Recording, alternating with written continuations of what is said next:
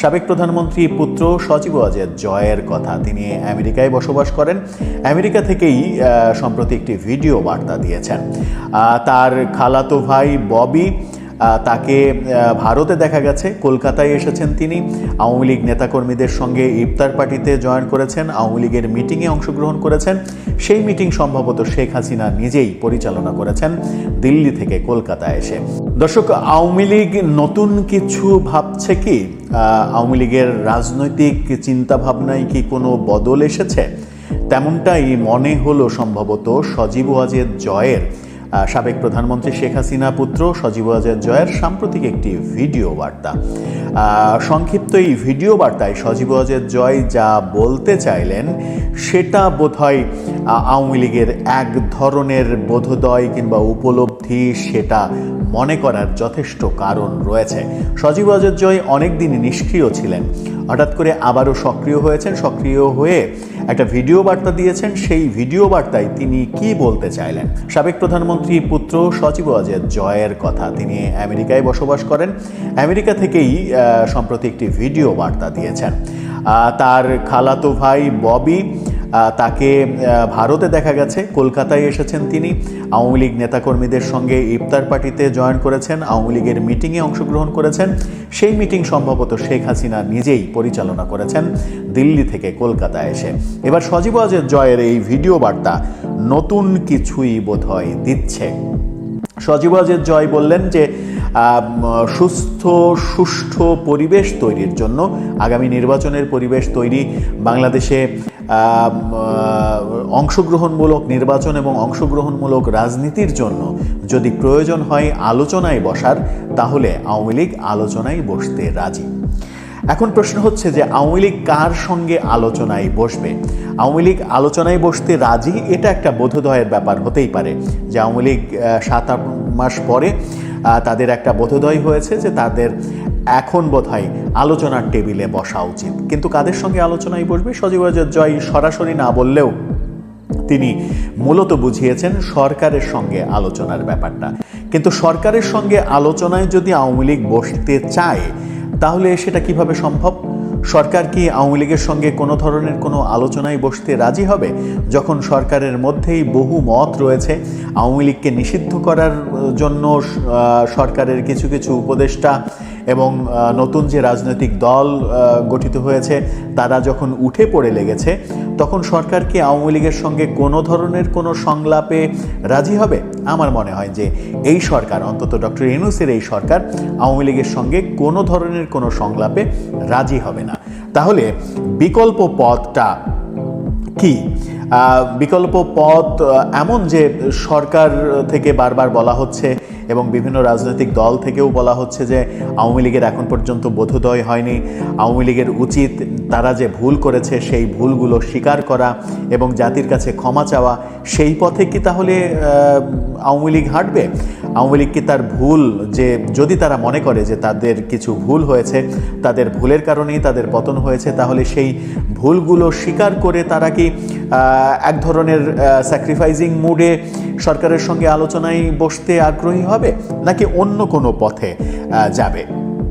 আরেকটা যেটা আলোচনা হচ্ছে সেটা হচ্ছে যে আওয়ামী লীগের মধ্যে যারা দুর্নীতিবাজ, এটা তো সর্বজন স্বীকৃত যে আওয়ামী লীগের সবাই দুধে ধোয়া তুলসী পাতা নয়। আওয়ামী লীগের মধ্যেও দুর্নীতিবাজ রয়েছে, আওয়ামী লীগের মধ্যেও আকাম কুকাম করেছে এরকম অনেক নেতানেত্রী রয়েছে, হেভিওয়েটরাও রয়েছে। তাদেরকে দল থেকে বের করে দিয়ে কিংবা তাদেরকে দলের মধ্যে না রেখে কিংবা দলে এক প্রকার অকেজো করে রেখে আওয়ামী লীগ কি যারা সত্যিকারের সুস্থভাবে রাজনীতি করে, সুন্দর রাজনীতি করে, তাদের নিয়ে আওয়ামী লীগ কি এক ধরনের পরিশোধিত আওয়ামী লীগ হিসেবে আসবে? যদিও রিফাইন্ড আওয়ামী লীগের যে তত্ত্ব সরকার থেকে এবং বাংলাদেশের মধ্যে বিভিন্নভাবে প্রচার করা হচ্ছে, সেই রিফাইন্ড আওয়ামী লীগের তত্ত্বে আওয়ামী লীগ বিশ্বাসী নয়। কারণ আওয়ামী লীগ এখনও মনে করে যে শেখ হাসিনাই তাদের একমাত্র নেত্রী, শেখ হাসিনা ছাড়া তাদের কোনো বিকল্প নেতৃত্ব নেই। কিন্তু এখানে বাস্তবতা হচ্ছে শেখ হাসিনার বয়স এখন প্রায় ৭৮ বছর। বয়সের বাস্তবতা একটা বড় বিষয়, যে আর কতদিন তিনি শারীরিক সক্ষমতা রাখবেন, তার শারীরিক সক্ষমতা আর কতদিন থাকবে যে এত বড় একটা দলের তিনি নেতৃত্ব দেবেন। আগামীতে যখন আওয়ামী লীগ নির্বাচনে আসবে, এবারের নির্বাচনে যদি অংশগ্রহণ করেও তবুও তো নির্বাচনে বিজয়ী হয়ে সরকার গঠন করা তাদের পক্ষে সম্ভব নয়, এটাই বাস্তবতা। এর পরের টার্মে আওয়ামী লীগ যদি নির্বাচন করে এবং পরিস্থিতি যদি তাদের অনুকূলে যায়, তারা যদি আবার সরকার গঠন করে, তাহলে সেটা 7 বছর। তো 7 বছর পরে শেখ হাসিনার বয়স হয়ে যাবে 85 বছর। 85 বছর বয়সে কি তিনি মালয়েশিয়ার সাবেক প্রেসিডেন্টের মতো, প্রধানমন্ত্রীর মতো, মহাতির মোহাম্মদের মতো কি অ্যাবিলিটি রাখবেন, শারীরিক অ্যাবিলিটি রাখবেন দল মানে প্রধানমন্ত্রী হওয়ার কিংবা দলের নেতৃত্ব দেওয়ার? এ কারণেই অনেকে আলোচনা করেন যে শেখ হাসিনার গত টার্মেই উচিত ছিল বিকল্প নেতৃত্বের দিকে যাওয়া, যে নেতৃত্বটা তৈরি হয়নি। আওয়ামী লীগ শেখ হাসিনা কেন্দ্রিক এখনও রয়েছে। আওয়ামী লীগের মধ্যে সেটা শেখ পরিবারের মধ্যে হতে পারে, শেখ হাসিনার পরিবারের মধ্যে হতে পারে।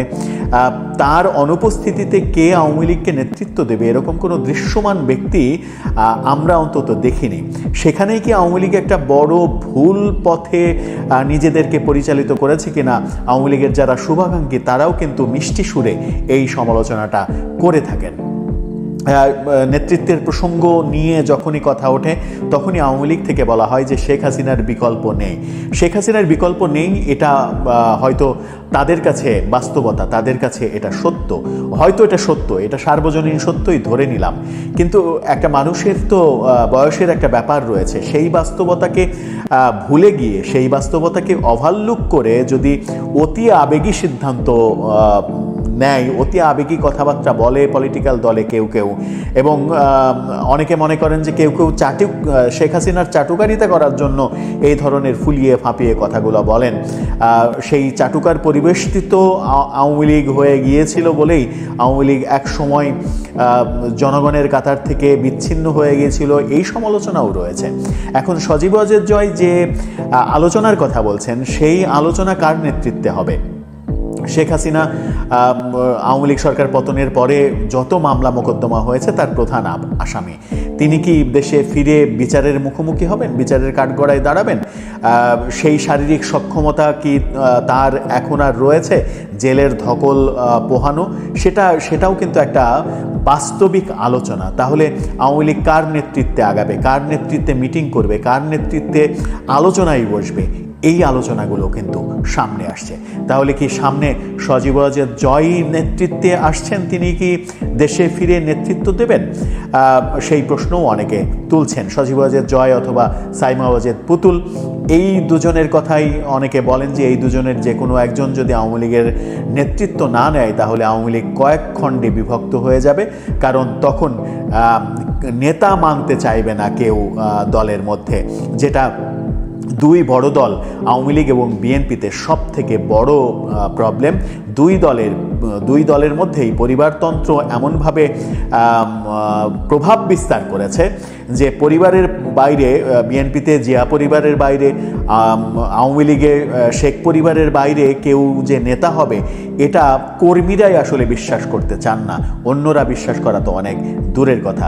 সেখান থেকে আওয়ামী লীগ বের হয়ে আসতে পারবে কিনা এবং বের হয়ে এসে তারা রাজনৈতিক কর্মকাণ্ড পরিচালিত করতে পারবে কিনা, সজীব ওয়াজেদ জয়ের এই ভিডিও বার্তা সেই ইঙ্গিতই দেয় কিনা, সেটাও একটা আলোচনার বিষয়বস্তু হতেই পারে। দর্শক, আপনার কি মনে হয় সজীব ওয়াজেদ জয় যে ভিডিও বার্তায় আলোচনার কথা বললেন, সেই আলোচনা যদি সরকারের সঙ্গে আলোচনা হয় তাহলে কি আদৌ সেটা এই মুহূর্তে সম্ভব হবে?